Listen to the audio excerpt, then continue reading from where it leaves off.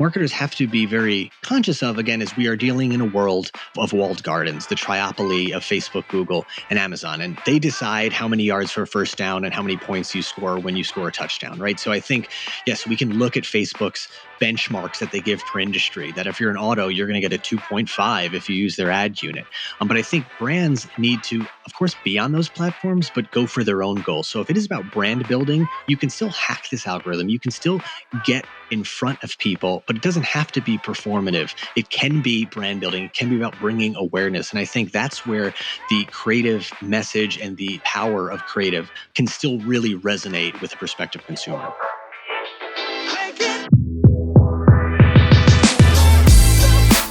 You're listening to Retail Remix, your inside access to candid conversations with the people shaping retail's future. Here's your host, Alicia Esposito. Okay, everyone, we have a doozy of an episode today. I had the chance to sit down with Matt Maher, the founder of M7 Innovations, to talk all things social commerce. First, we talked about the broader trend of contextual commerce, contextual marketing. Since we have so many devices attached to us, so many devices and operating systems in our homes that are gathering all this great data about us. And then it kind of evolved. We talked a lot about the social algorithm, ways to beat the algorithm, and if doing so is ethical, and if it inhibits us from focusing on the core values of our brands, the content and authenticity and community that our brands are trying to create. So I know social media is an ever-evolving space, a lot to learn, a lot to consider in your social strategies, and Matt, frankly, digs into it all. I hope you enjoy this conversation because I sure did. Matt, it is so good to have you on the show. Really excited to catch up and talk shop a little bit with you. Thanks for taking the time. Alicia, pleasure to be here. Excited to chat. So obviously we've spoken before, but everyone listening may not know about you or the work you do. So let's start with the basics. You're the founder of M7 Innovations. So what is M7 Innovations and what inspired you to start the business? I always love hearing founder stories like that. Of course. So yes, M7, I like to think of us as a kind of creative innovation firm. So we specialize in technology. So voice technology, augmented and virtual reality, the Internet of Things, and certain subsets of artificial intelligence, mostly intelligent agents and chatbots. So we specialize in those technologies and where they live in the world. So that's in social, that's in gaming, that's in kind of all the media platforms. And the three main offerings that we have is first is thought leadership. It's distilling down these very advanced technologies to kind of CMOs at brands to understand where they could live within these technologies, not only what they do today, but what they'll do tomorrow. Because what I mentioned with voice and AR and VR, and we'll talk about, is they're growing rapidly, not just in user adoption, but in the technologies themselves. The second thing we do is idea generation. So that's actually taste, touch, and feeling what your brand could look like if it made an Alexa skill or an AR lens or in the virtual reality world. And the third part is creative execution. So if you actually want to bring that idea to market, we also do that, right? We'll bring the partners together. We'll be that connective fiber. So our clients use us for all three of those. Some use us for one or two, but that's kind of our core offering. And we have a couple great brands we work with through many verticals. And the fast casual space, we have Panera, and retail, we work with Bolé, and luxury and fashion, there's Chanel, and even enterprise with Suffolk Construction. So it's a fun, fascinating company to have founded. And I really did it because when I think of voice and AR and VR, these aren't shiny objects anymore. They are immersive new mediums that we're going to be talking about a lot this decade. There was just a white space to play there. Yeah, absolutely. I feel like with AR in particular, it was something that I feel like I even started reading about and reporting on up to like 5 years ago, but the use cases weren't quite there. Everyone was like, oh, is this a bunch of hype? But now we're really seeing some actual impactful applications of it. So, I mean, I have a feeling where you're going to go with this next question I had for you around, the trends that are happening now, and most of all, what you're most excited about, because I feel like now we're seeing so much innovation, accelerated innovation, because some brands have had to adapt quickly. They've had to pivot their businesses. But are there any tech trends that you're especially excited about, I guess, from an experience standpoint, and then maybe even from a commerce standpoint as well? Sure. Yeah, there's two. So yes, Augmented reality, I think, is one. So I like to say it's moved from fun to functional. I mean, what AR used to be, you're right. I mean, years ago, it was, the dancing hot dog in Snapchat, which is really cute and really fun. But it's actually becoming a marketing tool now. So I think the one trend I'm really keen on is this merging of the physical and digital world. So especially in retail, I think we're going to get to a point where every physical object in the real world should have a digital layer to it. So examples, right? Whether it's just the Sprite Zero can that has a QR code on it that can give you more ingredients, whether it's a movie poster you see that if you hold your phone up, it'll give you an exclusive trailer, or an NBA jersey at retail where it has an NFC tag and you tap it and gets you courtside virtual seats. So that's a trend we're starting to see, that there should be a digital layer on physical objects. Especially in retail, there's a data layer to it. It's just more of a story you can tell. The second piece would be voice. I think voice is a trend I've been following very closely. It's what you and I have talked about before. I mean, the numbers are bonkers, right? There's hundreds of millions of vocal assistants and the Alexas and Google Assistants in the world. Hearables are exploding. It's going to be a $93 billion business by 2026. And it's a hands-free UI. I mean, if you think back to Gen X, they grew up with desktops, right? There's clicking, there's dragging. You have to learn how to do those functions. Even millennials, right? Clicking, swiping, even if they grow up with mobile, you learn that. If you can speak, you've mastered the UI of voice. So I think we'll see voice continue to grow. So AR and voice, I'm very bullish on this decade.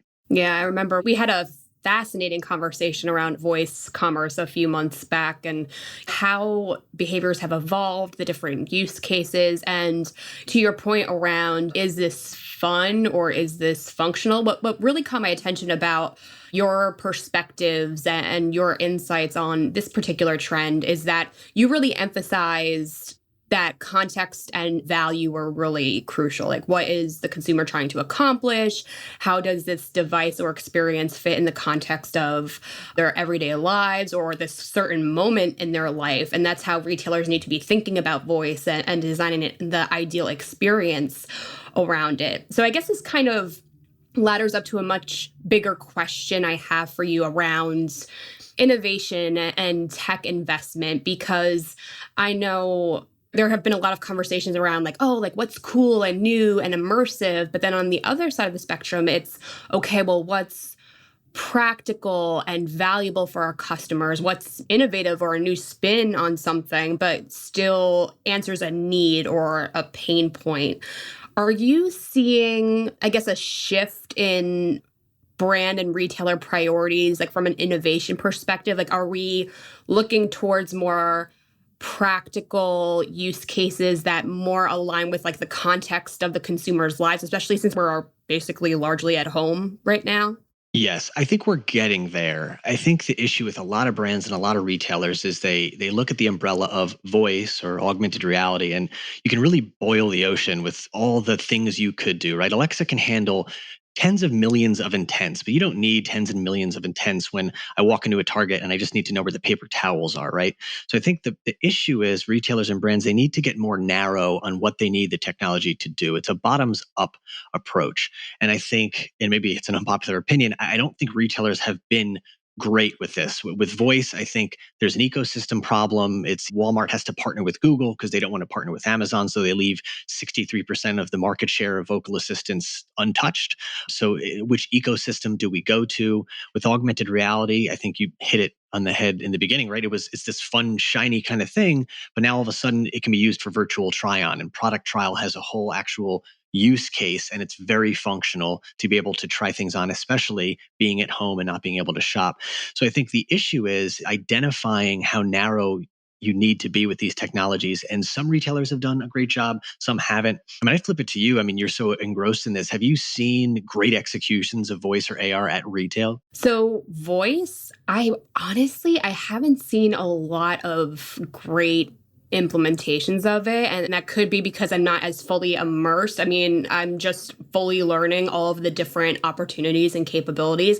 I would say that the biggest opportunity for voice is probably from I guess almost like a combination of content-driven, search-driven type experience, help me get to something faster versus just skills. But I do think that there have been some fun use cases of Alexa skills that are I guess, brand adjacent, right? Like cooking skills and like, oh, maybe there's an opportunity for us to recommend products based on the recipes, things of that nature. So again, I feel like there hasn't been as much movement as I would like to see at this point, just because I know I'm not going to say her name because she's going to turn on right now, but my personal assistant is so embedded into my life. Like, I just think there's a lot of untapped opportunity there. AR, I'm seeing a lot of exciting movement with, especially around beauty and cosmetics. I think they're really leading the charge in AR, and hopefully we'll see more in fashion. I think that's kind of the big question mark. Like, oh, like, can we create an AR experience where I'm virtually trying on something and it feels contextual and it feels accurate to what I ultimately purchase? I would agree. I think what I've seen is that the transition from the great Alexa skill to transforming to in-store and what that actually means in retail, just it isn't there yet. And you're right, the cooking skills are there. The Tide skill is a great example, right? So for a Tide skill, it can tell you how to get chocolate out of your sneakers, red wine out of your couch, all these different things. And what they were able to do is use the data and the raw utterance data of what people were asking for to identify that a lot of people are asking how to get red wine out of sneakers, and we don't have a product for that. So it actually can inform the next product that they actually make.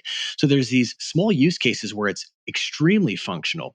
But then when you walk into store and you want to actually find where the Tide pen is, it kind of gets lost. It gets broken at that point. And then the question is, who does it fall upon? Does it fall upon Target to have a kiosk and a voice kiosk that you can go up to and ask these things?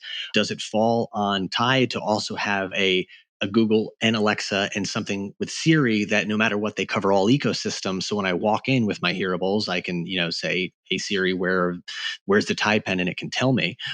So I think that's the problem, is we're missing the actual link between those two. But I agree, AR is, I think, the next frontier, and we can even double click onto that and where product trial can actually go in the future. Yeah, I love that Tide use case because, like you said, it's not directly tied to the product, but you're kind of bringing the brand into the conversation, which I'm hearing a lot about context now, like contextual commerce, contextual marketing. I feel like that's almost a level up, or I guess technically a level deeper than like traditional like personalization. And I feel like personalization has been such a hot topic. And then also there are so many different channels that help create this context around the consumer. So like you said, Tide was using consumer insight to determine like what are their questions, what do they really want and need from a content perspective, and kind of use that to build the experience. But now we're also seeing social commerce. I mean, AR, I could imagine when you're using that technology, there's so much data to come out of that. So I mean, how does this all kind of come together to create a toolbox or a big recipe of customer data, for lack of a better term, to help create this context? And I mean, are there any more significant opportunities than others, like to help retailers get that better context in the consumer so they can better engage with them?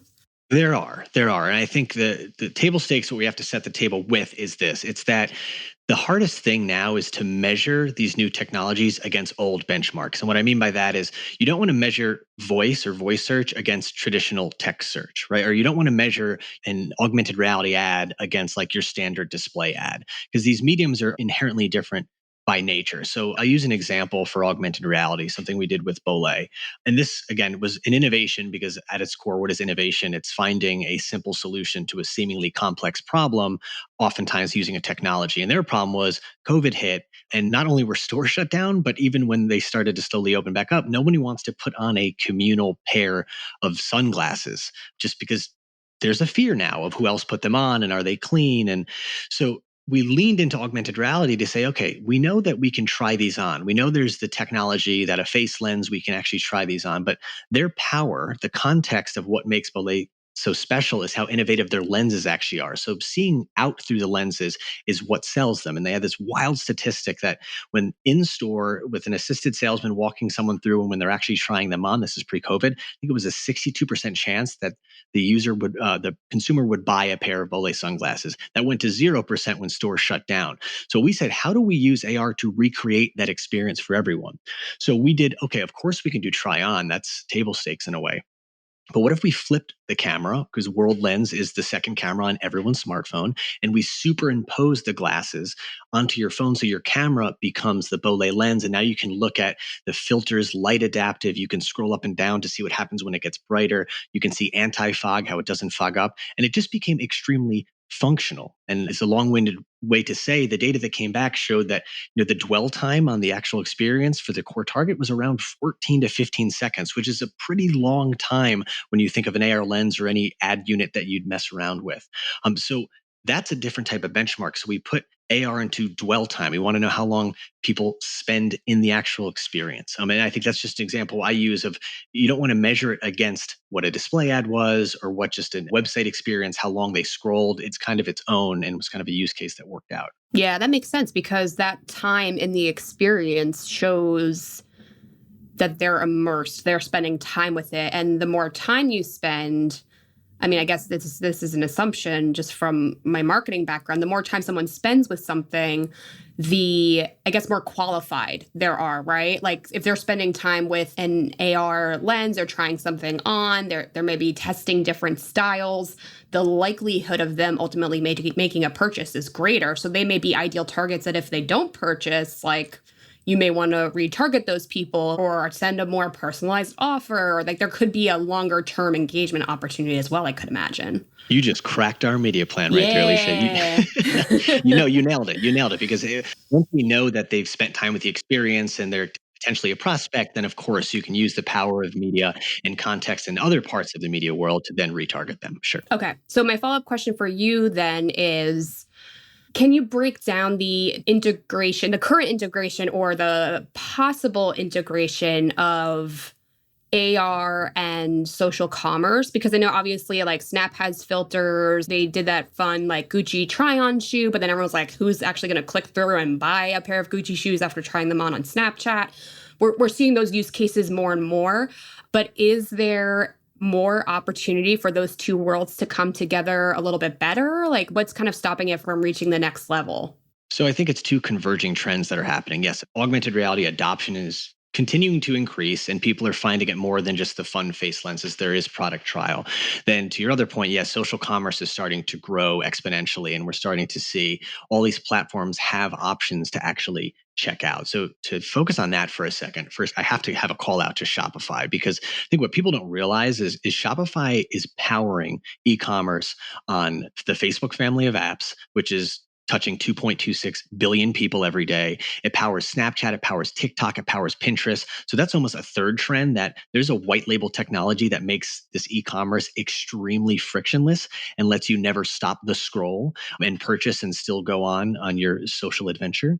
So that's one piece. So you look at the trend of social commerce is growing. We look at augmented reality becoming more functional. And I think that there will be a tipping point where I use Belay as the example. The dwell time was longer because people were trying out all the functions. It wasn't the 3-second dancing hot dog that did its little animation and then just started looping the animation again. So I think for retailers and brands, if they start thinking of more robust experiences you can create within augmented reality, then it can be extremely functional. And then at that point, you can sell on the actual platforms. I think that's the most amazing thing. The ability to try on lipstick, try on a hat, try on anything, and then be able to purchase it, say in Instagram, check out, no guest checkout. It has all your credentials. You've bought it. It's shipped to the address it has on file, paid with Apple Pay, and then boom, you're still scrolling. I mean, we're talking no friction. And that's what I think is really exciting and why I think so many dollars will start to move towards social commerce. Yeah, it's interesting to finally see it reach its full potential because I remember when Facebook had its like little shopping cart widget and I was like, oh my gosh, groundbreaking. And then it kind of like went nowhere. It's coming. And that was like, what, like a decade ago, I want to say. And I was like, oh my gosh, this is going to explode. And I think it was maybe like one or two retailers didn't and kind of fell off the map. Granted, Facebook has kind of evolved with its marketplaces model. That's more peer-to-peer. And then we're seeing some, of course, fantastic movement in Instagram and hopefully TikTok, which we'll get into a little bit later. But want to ask you, I mean, looking at these different offerings, the different advertising models, the commerce opportunities across these different social networks. I mean, do you think one has the most potential for brands and retailers? Or do you think that the props mainly go to like the Shopifys of the world that are finding ways to connect all of them together and creating that one seamless experience? I believe that there is one platform that will stand out above the rest. And it's not because it's the platform and it's not because of the technology, because as we said, Shopify is powering everything. And the reason I will tell you this platform and why I think it is the most powerful is because of the behaviors. So I just want to zoom out for a second. I love the example you gave of Gucci selling on Snapchat. Very cool, very splashy, but you're right. No one went to Snapchat to buy Gucci. You don't go to Snapchat to shop for Gucci. You go to Snapchat as a comms platform to snap with your friends, to have these different experiences. So every social network has a different inherent behavior that you act when you're there. TikTok is very performative. Facebook is really leaning towards community. Instagram is very aspirational. So I believe Instagram is the best suited for social commerce, mostly because again, everything is aspirational on Instagram. Your frenemies are going on all these trips and you hate them for it, but you wish you were there. You look at products, you look at the ads, which are so smart. They're so contextual that it feels like it's one of your friends that could post it. So pair that with their checkout product, which is the e-commerce product for Instagram. And you don't really ever have to stop the scroll. And I will be honest, I have fallen victim to this. I have 3 MVMT watches I bought off Instagram that I definitely didn't need. I bought a chirp wheel for my back, which wasn't hurting, but it just looked so good that I needed it. So I really think Instagram is best suited to probably take the lead when it comes to actual sales. And not to put you on the spot, but have you ever purchased something on Instagram, or am I the only crazy one? I'm trying to remember. It's crazy because, yes, I've definitely done it through their ads. I will say their ads are super effective. I think maybe I've had like I think the Glossier sale this past weekend, I was just like, every time I saw an ad, I was like, wait, I think I needed something else because it's only once a year. But I think of all of the different platforms, Instagram is like the only one I've ever taken some sort of action on. So I agree. I think it's this combination of a few different factors that makes Instagram so effective. It's the one-click capabilities. Like you said, it's so much easier than, I know there are some tools that have like the link in bios and then you click the links and then you go to the thing. It's like too many steps. It's too much for me. But then it's also the content that goes into it, right? Like not just for the ads and the video, but also like that authentic, rich content that really, I don't think any other platform other than Instagram is really known and relied on for. So, I mean, I guess I'm going to go back to you because you're the expert on like the advertising side. I feel like I can always learn more about this. So I think all three of these things are important, right? The purchasing, the content, the one click, but then it's also the algorithm, right? That comes into play. So I guess my drill down question for you is, how does that influence or impact all of the other great stuff about Instagram that makes it so effective? So, and I'm glad we're talking algorithms now, because this is where it gets really interesting, because what we're going to see in the next year to 2 to possibly 3 years is a complete change of how we consume content. And I'm going to go straight to TikTok, because right now TikTok is the leader in terms of the best algorithm. And what I mean by best algorithm is something I call like calibration velocity. It can calibrate what you want to see extremely fast, and you don't even need to give it much information. So TikTok is very far in the lead right now, but an unbelievably curated algorithm that just feeds you a fire hose of personalized content will be table stakes across everything. Facebook, Instagram. I mean, they're all working on that right now. And what that does is it just gives you almost to the point of, you think it's what you want, but they're actually feeding you what you think you want. I mean, you start to lose discovery, and we can go deeper into this. But what the algorithm really does is it needs to keep you on the platform as long as possible. And advertising is part of the it's like the root of all of this evil, right? The longer you can stay on the platform, the more ad dollars. It's why Facebook 99% of the revenue is advertising, and it's $71 billion a year. So these algorithms really are just made to put the best content in front of you. And if there's one thing I start to tell marketers and tell big brands now, a definitive statement is, you have to stop thinking outside the box and start thinking inside the code. How can you start to get into these algorithms that are actively feeding this personalized content to you? Interesting. Okay, this is going to get a little juicy. So you talked about the algorithm, how really the goal for these platforms is to get us to spend as much time as possible to feed us information that makes us want to keep digging or keep scrolling, keep consuming. But then you brought up an interesting point around how discovery doesn't quite work anymore. It doesn't quite exist. So does that mean we're essentially in like a marketing or advertising echo chamber, and what does that mean from an algorithmic standpoint? Like you said, like people need to understand and design for the code. What exactly does that mean, and how do you even do that? Because I'm looking at this from a creative person, a marketer, a content person. So I'm definitely more artistically minded versus like the science and the code behind it. So would love for you to break that down a little bit further. Sure. And I mean, this is in the data. This isn't just like my speculation that the algorithms are so powerful. I mean, New York Times reporter Kevin Roos, he did a great expose on YouTube, and he found this stat that 70% of all traffic on YouTube comes from their recommendation algorithm. That means only 30% of people who actually watch anything on YouTube actually search out or click something on a page. Everything else is fed to them. And let's go back to TikTok again. That starts with, if you open TikTok, and I use myself as an example on this. When I first went on the TikTok, I tried to give them no information. I didn't, all they knew is that I was a white male in my 30s, didn't follow anybody. And what was I fed at the beginning? I was given very viral dance trends like workout bro videos, and then like beautiful people dancing, both women and men. They didn't know which way I was going. And so quickly, if you look at my feed now, like weeks later, it was all entrepreneurial, inspirational videos. It was family skits. It was investment tips. And I found out, like, I normally don't look for investment tips on TikTok, but I loved the content. And they just have all these signals that they picked up on me, that they were feeding me this content that I just kept scrolling on. So I think what you need to do as a marketer, when I say, stop thinking outside the box and start thinking inside the code, is you look at these platforms, and each algorithm is slightly different. In TikTok, you don't really have friends, right? Whereas Instagram, it's your friends, Facebook, it's your friends. So you have to look at what the algorithms are feeding, and then how can you create content? There's two ways to do it. You can go organic. You can start to try to create content and mirror what some of these top influencers are doing or what these trends are. You could be seen as not authentic, so you have to be very careful. But I mean, there are 30 videos right now. You go on YouTube on how to hack the TikTok algorithm. It's about the duration of the video. It's about the comments. It's the likes. It's how many repeats, how many loops. So you can go the organic way, or you can lean into the business side of things, the advertising. And TikTok is exploding. TikTok for Business has 6 different ad units now.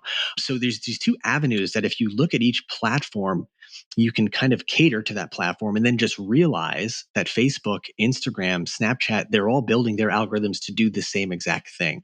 So you have to be crafty, but in that world, that's kind of where we'll move to. All right. So I'm going to play devil's advocate here. Again, the creative person standing on her soapbox. So if we're looking at social and social content through the lens of how can I get into the algorithm? How can I hack the algorithm? Whatever you want to call it.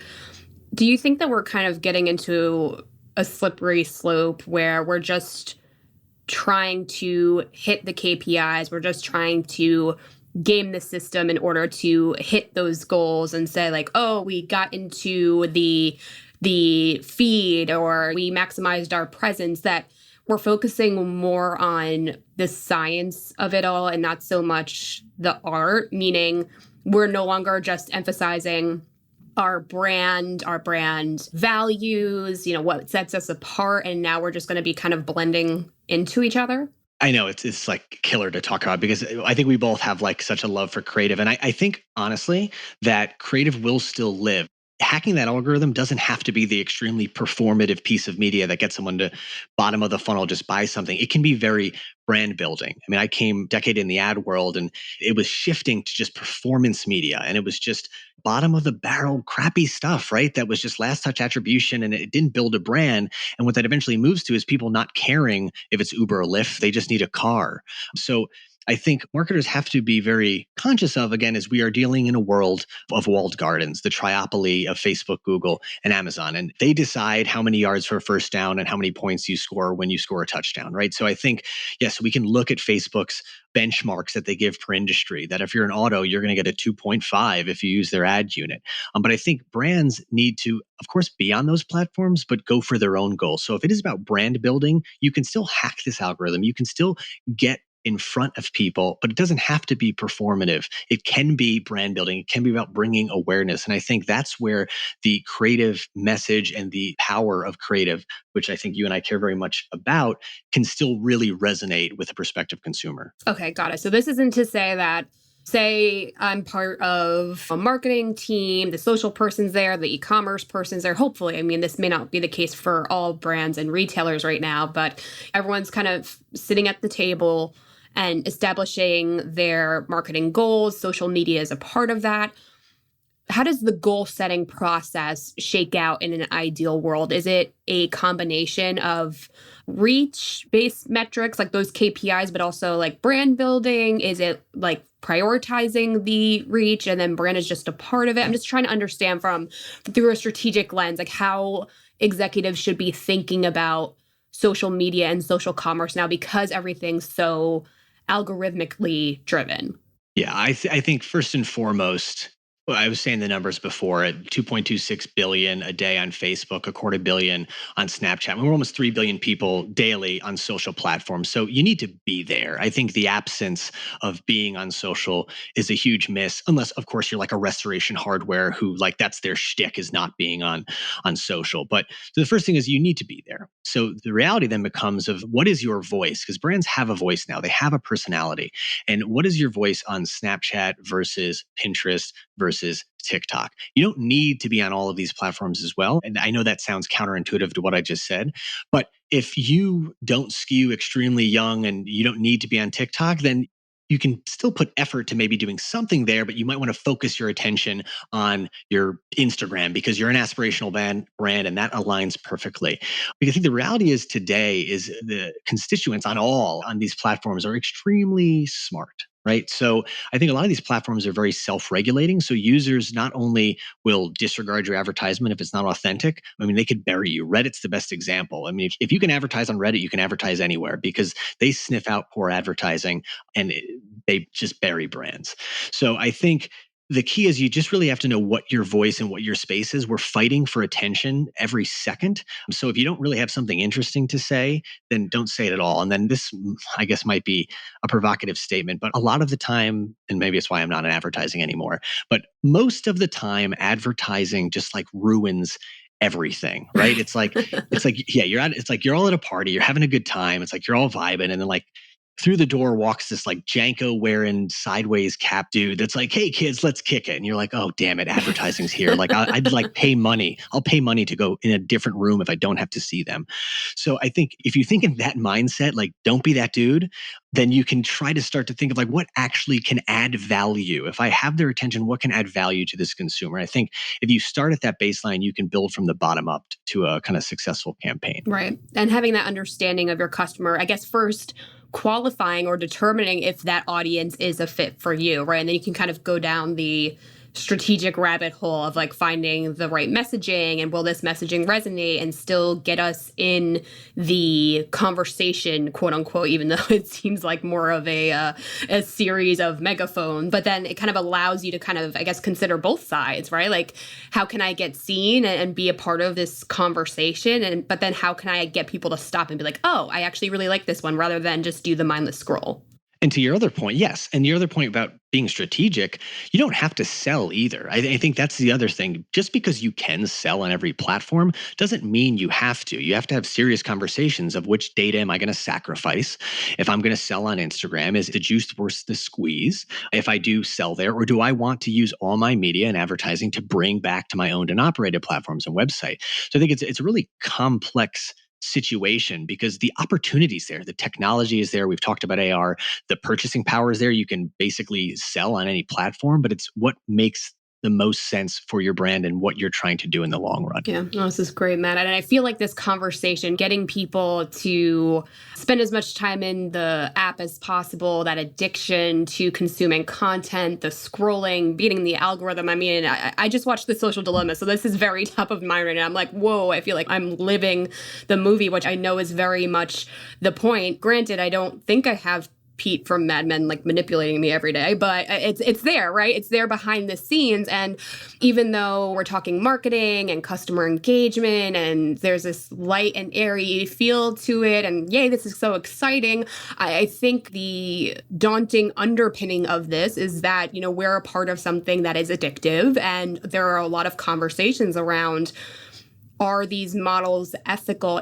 Are these positive spaces for us as humans? So I feel like that conversation around ethical tech and how is it impacting marketing and advertising and us as executives is one worth having. But so not to get all deep on you right now at the end of our conversation, Let's get deep. but I would love your take on this debate that's happening now and how it's maybe impacting the conversations that you're having and how you're maybe guiding brands and retailers right now? Like, is it as present as you think it should be? Do you think it'll become more present? I mean, I would love your take on that.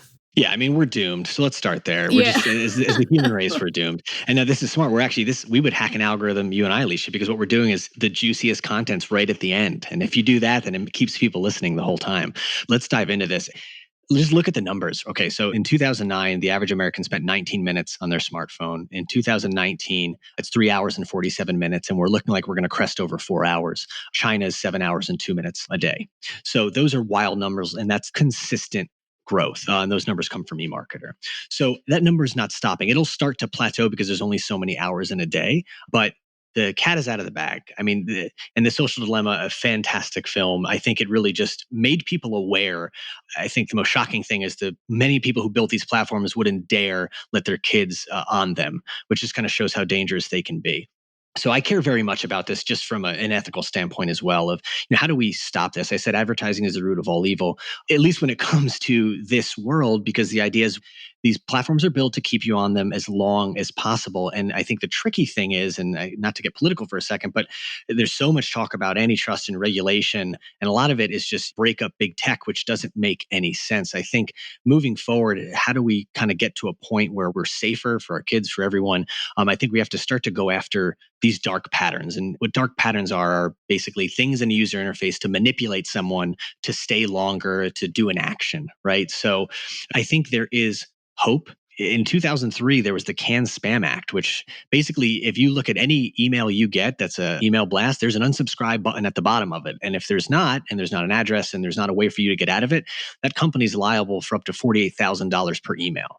So I think the next step is we need to start going after some of these like really bad behaviors that these social platforms and tech giants have done. Robinhood has gamified trading. And sadly, there was a 20-year-old who committed suicide because he was doing an options pull and had no idea that he wasn't actually in debt, but he thought he was in $700,000 in debt. And Uber has constantly gamified their drivers to just keep driving, keep staying on the road. So I think it's a very serious problem. And I mean, we're not going down. We're never going to go down from 3 hours and 47 minutes. We're only going to crest up, right? So we just need to be smarter about what we do. And when I do take that with brands to say, like, we do want to be ethical, we need to just take someone's attention just to take it. So it goes back to value. What value are you adding for that person? What are you giving them? Because we're in a world now where we no longer advert someone's attention. We want to add value to it. So it is a scary world, but I am always optimistic. Yeah, no, there's some great stuff there. I guess I had a follow-up question that kind of popped into my head. So we're talking about curating or pushing content and messaging brands to users to keep them in the site, gamifying this experience enough so it keeps them intrigued and immersed. On the other end of the spectrum, I'm hearing a lot about accounts being shadow banned, content being hidden, either because the algorithm deems it quote unquote not favorable or because there's some shady stuff going on the social media side. Do you have a take on that? Like, is that really a thing? Is that something that brands need to be wary of or try to have a plan for addressing? It's still kind of fuzzy to me. So would love for you to kind of enlighten me if you can. Yeah, I mean, the reality is, I said those numbers, 3 billion, there's no amount of humans. The problem is there's no amount of humans that can moderate all this content or moderate everything that's out there. At the same time, contrary to what people believe, AI is extremely fallible and can never be a single solution to moderate anything. It's why you see Google adding thousands of moderators, Facebook tens of thousands, ones that have to be treated for PTSD for seeing some of the content they do.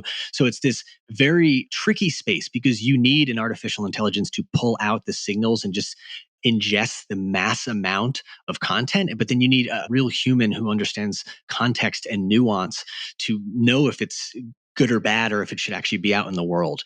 So it's not fixed yet. We're still in this weird world where it's just so much you could actually do, and it's hard to self-regulate. I mean, let's go back to a safe example. In the gaming world, Animal Crossing has been a massive game, right? And brands have been taking advantage of it, and they're building little, KFC built a world in Animal Crossing, and Joe Biden and Kamala Harris built a little like political world you could go to. And like Nintendo came out and said like, no more, you can't do this. Like for months, they've been able to do this, but they're like, we don't want advertising, we don't want politics, we don't want any of this. So all these platforms they're self-regulating themselves, but it usually happens too late, right? So it gets to this really tricky space of it's impossible to moderate everything. So some brands try to do the land grab and get in there while they can. And if you get 6 months of advertising for free and then it's pulled, then better on you. So I try to do is, let's find those spaces where we can, but let's not do it in an unethical way, or let's not do it in a way that is detrimental to the user's experience. Yeah, I love that, because I know at the end of the day, there's always going to be debates of, like the Mark Zuckerbergs of the world, the Jack Dorseys of the world, they changed the way we communicate. They brought us closer to each other. But with that also leads to more tension, more echo chambers, us kind of being in our own little worlds where we're only being pushed the content that they know is going to get us to stay there longer. So it's definitely a tug of war. And I know, there's always going to be people that are going to say, well, if you're going to change the world to an extent that they have, things get off path, or, they may not always be able to do the 100% ethical or perfect thing. So it's just a very fascinating, I guess, time for us to be having conversations around marketing and advertising, because we want to maximize reach and impact. We want to resonate with our audience, but I also don't want to be creepy. I also don't want to make false promises or spread misinformation. So there are a lot of factors at play right now, I feel like. Yeah, I don't think Mark Zuckerberg planned to be the monster he is today, but it just kind of happened that way, right? That was the Silicon Valley world of blitzscaling and just growing and growing and growing and going unchecked for a decade. So yeah, we're in a tricky spot now, but I do think there's hope. I point to Brian Chesky, one of the co-founders of Airbnb. He's a fantastic CEO. The way he leads is extremely ethical. He gives equity to all his power users, the owners. They're going to IPO. And when COVID came, he was in investing. He had to lay off 25% of his workforce, but gave them unbelievable severance. So I think there is still hope for founders to not always go the route of the Dorsey or the Zuckerberg or the Travis Kalanick. But yeah, it's a lot farther and fewer between. And it's going to be very hard to build a company like a Facebook or an Amazon if you started just today. It's going to take some time. Yeah, absolutely. So we're running out our conversation, Matt. And again, thank you so much for taking the time. I want to close out with a more, I guess, tactical or best practice oriented question than a prediction oriented one. So first, let's get into some nitty gritty takeaways, best practices. We talked about a lot today, like you said. So any closing recommendations for the brand and retail executives listening right now that need to continue to balance the two sides of the coin, right? Get in front of the audience, resonate, drive action, but then also find ways to innovate and be thoughtful and intentional in the way you go about doing that. Are there any core starting points or key questions they should be asking to get themselves on the right path? Yes, I'd say first and foremost, and this is the first part of what M7 offers or what I try to do, is you have to understand the technology. You need to deeply understand the technologies, you have to understand the platforms, and you have to understand the opportunities that exist within them. Not just today, but the roadmap of where they're going to be in a year, 2 years, and 3 years. Because a lot of the times you plan for just today, and by the time you go to market to launch, there's 17 new features and new things you could have done. So I think you need to arm yourself, your brand, you need to arm yourself with a Navy SEAL-like team that's half recon, that just researches and understands, and then half executors who can go on the mission and actually put it out to market. And the example, to go back to Belay for a second, we knew try-on existed, but tryout never existed. No one tried to superimpose lenses on the outward facing camera, but we knew the technology could do that. So we tried to push and we said, let's try it out. And we worked with QReal, a fantastic partner, and we're in the lab trying to make it actually work because we haven't tried it before. But we only did that because we knew we wanted people to actually try out these glasses. So can we push this technology to actually do it? So if you deeply understand the technology, you're going to know not just where it is, but where it's going to be. At the same time, understand the platforms, and you're going to be well versed to make the right decisions and the right bets when you do lean into those technologies and platforms. Love that. And then our closing question, a prediction. We've been talking a lot about algorithms. We brought up TikTok a few times, Instagram, of course. Our good friend Scott Galloway, who I know you and I are both kind of obsessed with. It's a little weird, but we like him. It's weirder for me. I think it's weirder for me to be obsessed with it. But he's been talking a lot about algorithmic commerce or a-commerce. Do you think it's here to stay? Is this only the tip of the iceberg, so to speak? I mean, I want to disagree with him just to start a dialogue, but no, I have to agree with him on this one. The reality is, I mean, algorithms are never going to go away. Just think at its basis, right? Like you're never going to stop giving people what they want to see, because what happens then, if I stop feeding you exactly what you want, you're just not going to spend time on my platform anymore, and then you're just never going to come back, and then I'm going to lose revenue. So algorithms are here. They're only getting stronger and better every single day. Same thing happens with algorithmic commerce, right? So the products that are put in front of us are only going to get stronger. When I say discovery is dead, I mean, if you think of the last bastions of actual discovery, like a Pinterest, I mean, even Pinterest feeds are getting curated now, right? So it's actually hard to have an unfiltered, pure discovery session anymore. I mean, all we can do is all run out to a Home Goods and just like soak it all in, because that's the last place. So I think algorithms are all here. They're here to stay. And if you're a brand, it's about how do you get into those algorithms in a meaningful way, not in an adverting of attention way, and provide value. So for the next decade, I hope to talk to you again on this. Hopefully it's not as dark in a year or so, but yes, algorithms are here. We'll bring Scott on and we'll argue about it. Yeah, there you go. We'll have to make that happen. That'll be an interesting conversation. But Matt, for now, this has been a insightful, I think, very deep conversation, a lot for folks to take notes on, go back to, consider, especially as they try to figure out how the future of social commerce and social media kind of fits into their brand and what they're trying to do for consumers. So I feel like you blow my mind every time we talk. So you did not disappoint this time. And thank you again so much for taking the time out to join me today. Thank you, Alicia. It's a pleasure. Can't wait to talk to you again. Awesome. And as always, to everyone out there, thank you for joining us. Hope you enjoyed this conversation. If you have any follow-up questions for Matt, please shoot us a note on Twitter at our touchpoints. We'd love to make those connections, hopefully have some follow-up conversations, even debates around what this crazy world of social media is like now and what will it be like in the future. It's always changing. And if you haven't already, subscribe to the pod. We're on your preferred podcast player, Spotify, Apple Podcasts, Stitcher, wherever else most likely. And if you subscribe, you get alerts when new fascinating conversations like this one are available. Thanks, everyone. We'll see you next time. Thanks for listening to this episode of Retail Remix. Be sure to subscribe so you never miss an episode. You can find us on your favorite podcast player. Until next time, keep mixing it up.